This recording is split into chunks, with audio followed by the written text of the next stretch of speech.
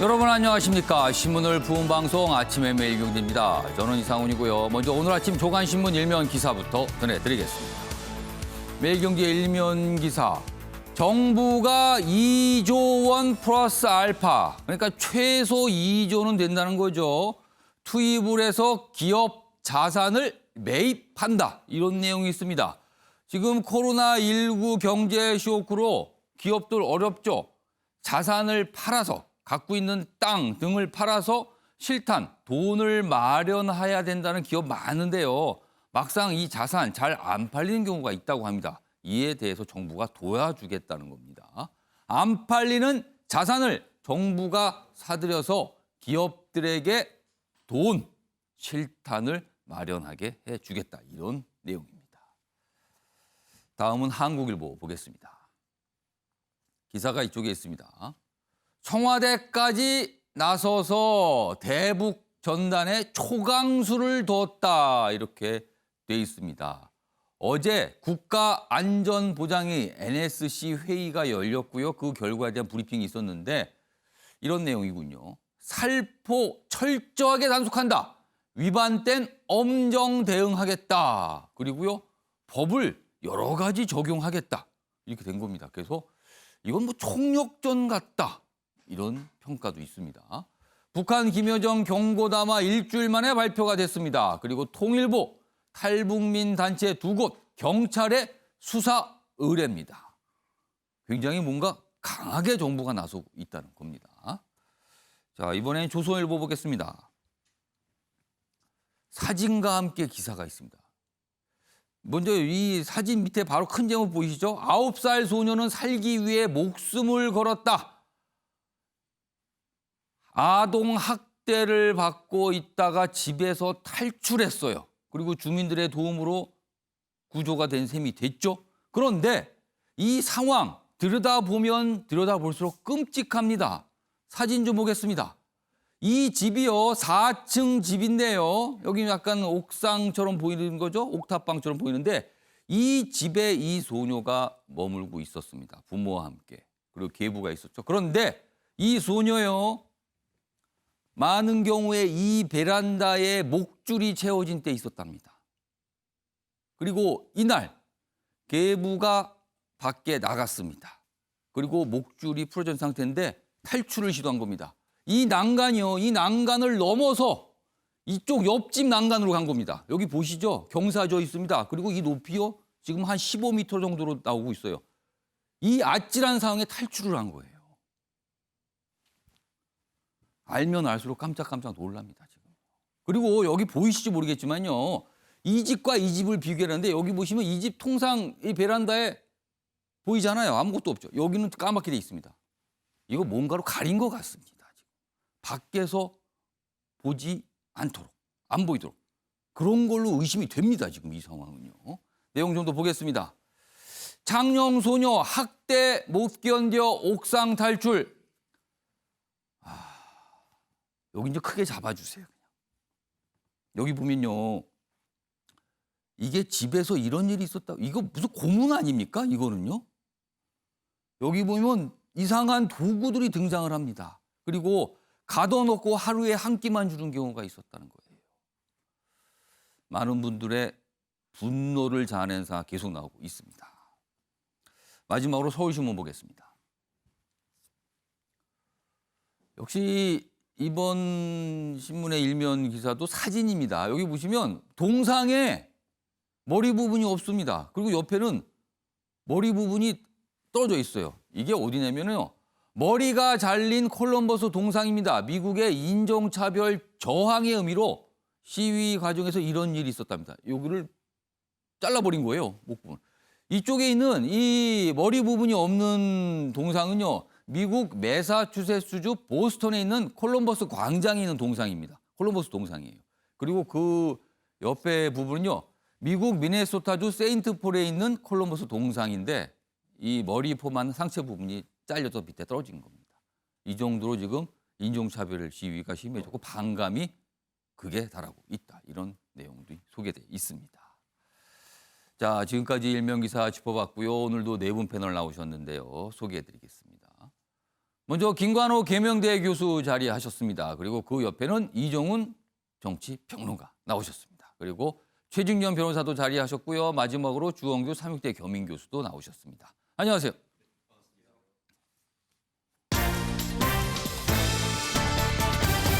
오늘 다룰 주요 이슈를 정리했습니다. 6월 12일 아침을 여는 키워드 4가지가 화면에 준비되어 있는데요. 첫 번째 키워드요. 방금 일면 기사 소개 때 봤습니다. 옥상 탈출입니다. 언론에서는요. 필사의 탈출이라고도 묘사하고 있습니다. 두 번째 키워드는요. 시배틀입니다. 문재인 대통령에 대해서 재야 인사가 비판적인 얘기를 했어요. 그 뒤에 전직 청와대 관계자들이 뭔가 또 반박을 했는데 어제는 시배틀이 이뤄졌습니다. 그리고 세 번째 키워드는요. 장관까지 불렀다. 어제 열렸던 국가안전보장회 대북전단과 관련된 논의가 있었는데 장관 2명이 여기에 참석했어요. 이례적입니다. 그리고 마지막 키워드는요. 집값 다시 꿈틀대고 있다. 이런 현상이 지금 포착이 되고 있습니다. 자, 그럼 본격적으로 아침의 매일경제 출발하겠는데요. 첫 번째 이슈는 대북전단과 관련된 내용입니다. 삐라 정국 최악 막으려는 청와대 관련법을 총동원해서 전단 살포를 차단하고 있다. 이런 내용입니다. 관련법을 총동원했다 그랬어요. 그럼 무슨 법인가요? 여기 보면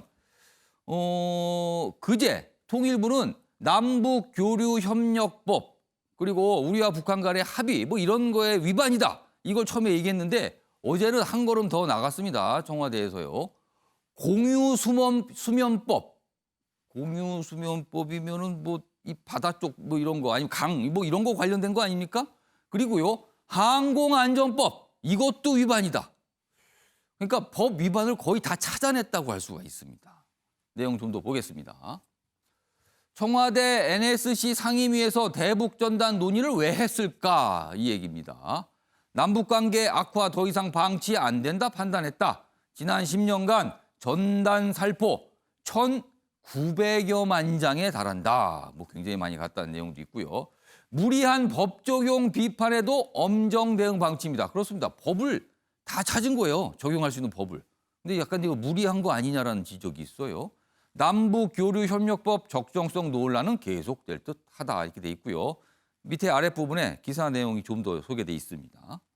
청와대는 어제 국가안전보장회의 상임위원회 직후 민간단체의 삐라 살포에 유감을 표명하며 남북교류협력법, 교무신원법, 항공안전법 위반이라는 입장문을 발표했다. 그러니까 어제는 많은 법에 대해서 위반 사항을 적용한다. 그리고 이 대북 이 전단, 이 이른바 이제 삐라로 통상 부르죠. 이 살포에 대해서 유감을 표명했다. 이런 내용이 소개되어 있습니다. 관련 기사 하나 더 보겠습니다. 장관들까지 부른 청와대 대북 전단 깊은 유감이다. 엄정 대응한다. 장관들은요. 행안부 장관, 해수부 장관, NSC에 통상 참석 안 하는 장관인데 참석을 했어요. 그러니까 굉장히 청와대가 이례적으로 강경하게 나왔다는 것을 상징적으로 보여준 대목입니다. 자, 그러자 야당, 누구를 위한 정부인가? 그러니까 이거는요, 북한에서 막말로 성명 담화를 발표하고 그리고 일방적으로 통신망을 차단하고 있는데 거기에 대해서는 유감 표명 안 하고 왜 제북 전단을 보낸 곳에 유감 표명을 하는가? 이렇게 통합당은 묻고 있습니다. 자, 그럼 어제 상황 브리핑이 있었거든요. 확인해 보겠습니다. 우리 정부는 오래전부터 대북 전단 및 물품 등의 살포를 일체 중지하였고 북측도 2018년 판문점 선언 이후 대남 전단 살포를 중지하였습니다. 이러한 남북 합의와 정부의 지속적인 단속에도 불구하고 일부 민간단체들이 대북 전단 및 물품 등을 계속 살포해 온 데 대해 깊은 유감을 표명합니다. 정부는 앞으로 대북 전단 및 물품 등의 살포 행위를 철저히 단속하고 위반 시 법에 따라 엄정히 대응할 것입니다. 언론에서 총력 대응이라고까지 표현하고는 어제 청와대의 모습, 김관학 교수님. 네. 어떤 절박함으로 읽어야 할까요? 아니면 무리수로 읽어야 할까요? 어떻게 보세요? 절박함이 절박함. 맞다. 그러니까 어. 위기감이 있는 거죠. 이게 무슨 얘기냐면 결과적으로 문재인 정부 이전으로 남북 관계가 돌아갈 수 있다는 그런 위기감입니다. 그러니까 그 전을 우리가 상상하면 예. 미사일 쏘고 뭐 핵실험하고 등등의 예. 아주 위기가 이 남북한 간에 첨예하게 이제 고조됐던 그런 상황인데 예. 문재인 정부 들어서면서 뭐 판문점 합의, 9.19 군사 합의 뭐 이런 걸 거쳐가면서 사실 굉장히 완화가 돼 있거든요. 예. 근데 이런 것이 다시 되돌아갈 수 없다는 그런 것이죠. 그리고 그것의 어떤 명분이 지금 북한이 잡고 있는 것이 어떻게 보면 한국의 남한의 약한 골이거든요. 그러니까 판문점 합의에서 사실상 확성기하고 전단살포를 예. 금지하기로 서로가 합의를 한 건데 예. 이게 지켜지지 않은 거잖아요. 그러니까 그 부분에서는 우리가 이제 책임 규명이 돼야 되는 부분이 있는 것이고 그거를 지켜야 되는데 우리의 입장에서는 또 표현의 자유라는 헌법에 보장된 예. 기본권이 있기 때문에 이것을 제약하기 굉장히 또 어렵거든요. 민간 영역에서 하는 거라서 또 뭘 그렇죠. 하기가 굉장히 좀 어려워요. 그렇죠. 그런 어떤 모순이 이 안에 이제 존재하는 것인데 이것을 결과적으로 어떻게 하면 이제 그 명분을 뺏는 예. 그러니까 살포를 안 하게끔 해야 되는데 예. 거기에 관련된 법령들이 그렇게 충분하거나 이렇게 만만한 게 없는 거예요. 그러다 보니까 우리가 지금 얘기하는 여러 가지 예. 법안들을 동원해서 지금 하는 것인데 사실은 이게 여러 가지 이제 그 논란거리가 만들어지는 거죠. 특히나 예. 이제 남북 교류법이라든가 이런 예. 것이 적용이 가능한 거냐. 그런데 예컨대 항공법 같은 경우는 가능할 수도 있어요. 왜냐하면 드론이라든가 뭐 이렇게 예. 기구를 쏘고 뭐 예. 이런 것들은 허가를 받아야 되는 사항들이 있기 때문에 그래서 그런 수단을 통해서 이제 결국에는 전단 살포를 제거해내면 예. 북한의 어떤 압박 그런 이 명분을 우리가 좀 뺏을 수 있다. 뭐 그런 차원에서 지금 적극적으로 이 문제를 좀 해결하려고 하는 노력을 정부가 보이고 있다. 이렇게 해석할 수 있을 것 같습니다. 자, 이종훈 평론가. 어제 청와대가 대북전단 살포에 대해서 유감 표명을 했어요. 그런데 이제 일각에서 이런 시각도 있습니다. 그 유감 표명은 알겠는데 그 전에 북한이 보였던 행태에 대한 유감 표명부터 하고 해야 되는 게 아니냐 이런 시각도 있습니다, 지금. 그렇죠. 예, 당연히 그렇고요. 그리고 뭐 이런 정도의 일을 가지고 NSC 회의까지 소집할 필요가 있냐. 이런 지적도 안 할 수가 없고요. 이제 그렇습니다. 그러니까 제가 보기에는 소총으로 대응하면 될 것을 지금 대포를 동원하고 있다. 그건 제가 보기엔 다분히 이제 북한 그 예. 김정은 위원장을 좀 예. 의식을 하는 것 같아요. 그쪽에다 어떤 우리가 강력한 신호를 그렇죠. 보내는 거예요? 뭐 그래서 불만이 많은 모양인데 우리가 이렇게 강력하게 대응하고 있는 거 잘 예. 보고 있느냐. 이제 이런 건데요. 그런데 그게 이제 국민들 보기에는 조금 이제 거북한 거죠. 그러니까 우리가 뭐 그렇게까지 북한에 예, 그렇게 저자세로 갈 필요가 있겠느냐라는 거 이제 있는 거고요. 저는 차라리 이명박 정부나 박근혜 정부 때 대응했던 방식을 그대로 그냥 쓰면 훨씬 더 효과적일 수도 있다라고 어떤 생각을 방식? 합니다. 그러니까 그때 이유는 그거죠. 예. 그러니까 이렇게 보내면 예. 북측에서 이걸 떨어뜨리기 위해서 고사포를 발사를 하고 자, 실제로 그런 일이 예. 있었어요. 자, 그래서 그 포탄이 우리 그 접경 지역 주민들 안전을 위협한다. 그렇겠죠. 자, 접경 지역 주민들이 그 당시 또 항의도 하고 그랬어요. 자, 그래서 경찰력을 동원해서 그때 막았던 겁니다. 그러니까 그런 방식으로 대응을 하면 돼요. 그러니까 연성 대응을 하면 된다는 거예요. 이번 정부에서도 마찬가지죠. 그래서 사실상 못하게 하면 되는 거 아니겠습니까? 자, 그런데 이렇게 뭐 그동안 적용하지 않던 법안들 다 동원해가지고 이런 식으로 대응을 하는 것이 예. 과연 어떤가? 이게 과연 실제로 또 실효적이긴 한 건가? 이런 생각도 들고요. 예. 이렇게까지 했는데 과연 북한이 좀 충분합니다. 만족스럽네요. 자, 그러니 우리 이제 이 문제 갖고 더 이상 시비 안 잡겠습니다. 예. 이렇게 할까? 저는 아니다라고 봅니다. 대북 전담을 시작으로 해서 예. 아마 여러 가지를 준비해 놓고 있을 거라고 저는 보거든요. 북측이. 자, 그럴 때마다 그럼 이렇게 뭐 대포를 동원해서 안 되면 미사일까지 동원해서 뭐 이렇게 강력하게 예. 국내 군기잡기식으로 이런 식으로 대응하는 것이 과연 적절하냐.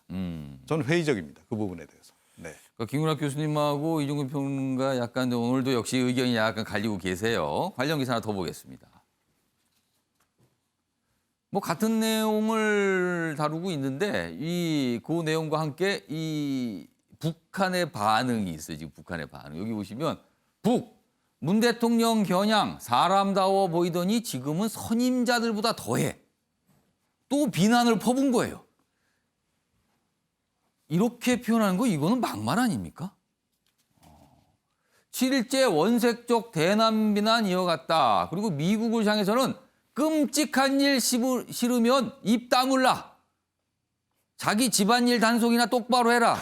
니네 시위 벌어진 거 아니냐. 당신네들. 이렇게 나오고 있어요 지금. 사람다워 보이더니 지금은 선임자들보다 더하다. 이렇게 돼 있습니다. 그러니까 이게 이제 북한들의 선전 매체를 통해서 한 거죠. 뭐 어제 이제 청와대 관계자한테 이렇게까지 비난하는데 뭐 청와대는 어떤 입장이냐 했더니 뭐 북한의 뭐 공식적인 입장이 아니고 뭐 대북 매체들 일부 반응 아닌가 이렇게 또 가볍게 넘기긴 했지만은 계속 뭐가 나오고 있어요. 자, 최인호 변호사. 이 지금 전체적인 소개한 내용에서 법들이 등장을 해요. 앞에 남북교류협력법은 이미 뭐 얘기가 좀 됐습니다. 그런데 추가로 등장한 게 공유수면법 그리고 항공안전법입니다. 자, 법조인이 보시기에 이 법 적용 어떻게 보세요? 그렇습니다. 사실 그 북한이 이 부분에 대해서 예. 굉장히 비판을 하자 한 4시간 만에 이 풍선 같은 것들을 삐라를 북한으로 보내지 못하는 법을 만들겠다 얘기를 예. 했고 이어서 나왔는 것이 남북교류협력법 위반으로 해서 고발을 하겠다 이렇게 얘기를 했지 않습니까? 예. 그다음에 더 점점 그 구체적으로 나오는 게 공유수면법 위반, 항공보안법 위반 이런 식으로 계속 법적 대응한다는 예. 논리가 계속 나오고 있지 않습니까? 예. 아까 말씀하신 것처럼 남북교류협력법 위반과 관련해 가지고는 교류와 협력 이거를 위해서 하는 것인데 이 기본적으로 이제 아까 말씀하신 것대로 반출과 반입 이 부분은 원래는 불특정 다수 이렇게 문제가 되는데 그게에 대한 법조인의 비판이 있으니까 또 다른 법이 뭘까? 그렇게 하니까 지금 여기 나왔는데요. 아까 말씀드린 것처럼 남북교류협력법 같은 경우에 이게 예. 특정인에 대해서 보내는 것을 처벌을 하는데 이게 그냥 불특정 다수인에게 이 삐라를 보내는 것이 과연 이게 교류협력법 위반인가? 이 문제가 있었고 실제로 2016년 같은 경우에는 윤후덕 의원이 풍선을 이용한 예. 불특정 다수인에게 보내는 것을 금지하는 법을 했다가 그때도 그 입법이 안 됐습니다. 그래서 이제 나왔는 것이 이제 공유수면법 위반과 항공보안법 위반인데 공유수면은 뭐냐 하면은 우리가 보통 일반인들이 공유하는 강, 예. 바다 예. 여기에 쓰레기 투척하면은 처벌한다. 이 규정을 지금 처벌하려고 하는 것인데요. 최근에 보면 이제 탈북자 예. 단체들이 PET병에 쌀이나 곡물을 예. 넣어서 북한으로 보내는 거 있지 그렇죠. 않습니까? 전당과 함께 보내는 경우가 있어요. 그렇죠. 그게 이제 식량 부족한 북한들 사람들한테 그걸 보내려고 하는데 예. 그거를 지금 그 쓰레기 투척하는 것에 비유를 해가지고 지금 그 공유수문법 위반으로 해서 지금 그게 재판에 이제 바다나 넘기겠다. 강에 떨어지는 게 이게 이게 환경 또 제대로 안 파괴다. 가고 예 그걸로 해가지고 이제 그 남한으로 오면서 일부 그 쓰레기로 처리된다는 예. 그거를 얘기를 하는 것인데 과연 그 안에 이제 그 PET병 빈 쓰레기만 하는 것이 아니고 안에 먹을 것까지 넣어서 보내는 것이 과연 그게 쓰레기 투척이라고 볼 수 있느냐에 대한 지금 법적 논란이 있고 또 하나는 항공보안법 같은 경우에는 예. 이게 그 풍선으로 해서 보낸 것 아닙니까? 예. 그게 항공 안전에 위해가 된다. 이 문제가 있는데 이것 같은 경우에 2014년에 풍선은 이 항공보안법 대상이 아니라라는 것이 이미 그 내부적으로 이제 정리가 된 사안인데 지금 또 이 부분에 있어서 입장을 바꾸고 있어서 도대체 정부의 일관적인 법 해석이 이루어지느냐에 대한 법적 안정성 이런 문제에 대한 그 얘기가 있습니다. 이 새로운 입법을 하는 것은 변론으로 기존의 그 정부의 어떤 법적 동일한 예. 법에 대해서 해석이 너무나 달라지는 이 상황 속에서 예. 사실 법조인으로서는 어떤 법이 맞는지 무슨 법이 그 사이에 사정이 달라졌는지에 대한 비판이 제기되고 있는 상황입니다. 만약에 드론을 통해서 북쪽으로 보낸다면 이거는 항공안전법 위반이 될 수 있나요? 그렇죠. 이제는 제 풍선으로 그냥 날아가는 것이 아니고 예. 구체적으로 목적을 가지고 드론이라는 조정할 수 있는 것을 예. 한다고 하면은 그 부분은 분명히 좀 문제가 될 여지가 있는데 그것이 아니고 말씀드렸던 것처럼 이제 풍선에 예, 이제 그 예. 수소를 넣어서 보내는 것 그것까지도 규제하는 것은 예. 사실상 기존의 어떤 해석을 달리한다 이렇게 볼 수 있을 것 같습니다. 앞서 봤던 그 법 조항들 화면으로 다시 한번 좀 띄워주세요. 예. 지금 뭐 구체적으로 보면 세 가지 법이 일단 처음에 문제된 게 남북교류협력법 이 적용 문제인데 여기서 사실 이 대목이에요. 반출 반입하려면 승인이 필요한데 이 반출 반입이 이렇게 불특정 다수의 북한 주민을 향해서 뭔가를 보내는 게 이 반출 반입을 볼 것이냐. 그게 아니고 특정 사람이 정해져야 반출 반입이 적용되는 거다. 뭐 이런 해석의 싸움이 있습니다. 그래서 이것도 처벌 규정이 있고요. 다음 법들 보겠습니다. 두 가지 법이 추가된 거죠. 해양물 폐기 관리법 위반, 뭐 이런 거 해양 이런 오염에 관한 법인데, 그러니까 북한에 도달 못한 페트병 해양 쓰레기가 된다 이거죠. 그래서 적용하겠다는 거고요. 항공안전법 위반은 이 드론 부분하고 이제 풍선 보는 부분이 이게 뭐 좀 신고 필요한 거 아니야 이렇게 해석이 되면서 또 법 위반 논란이 나오고 있습니다. 아무튼 이게 대북전단이 문제가 커졌어요. 지금 보면은요 굉장히 지금. 자, 그나저나 김구라 교수님, 예. 우리 당국은 뭔가 적극적인 조치를 취한 겁니다. 지금 며칠에 걸쳐서 통일부도 그랬고요, 어제 청와대도 그렇고요.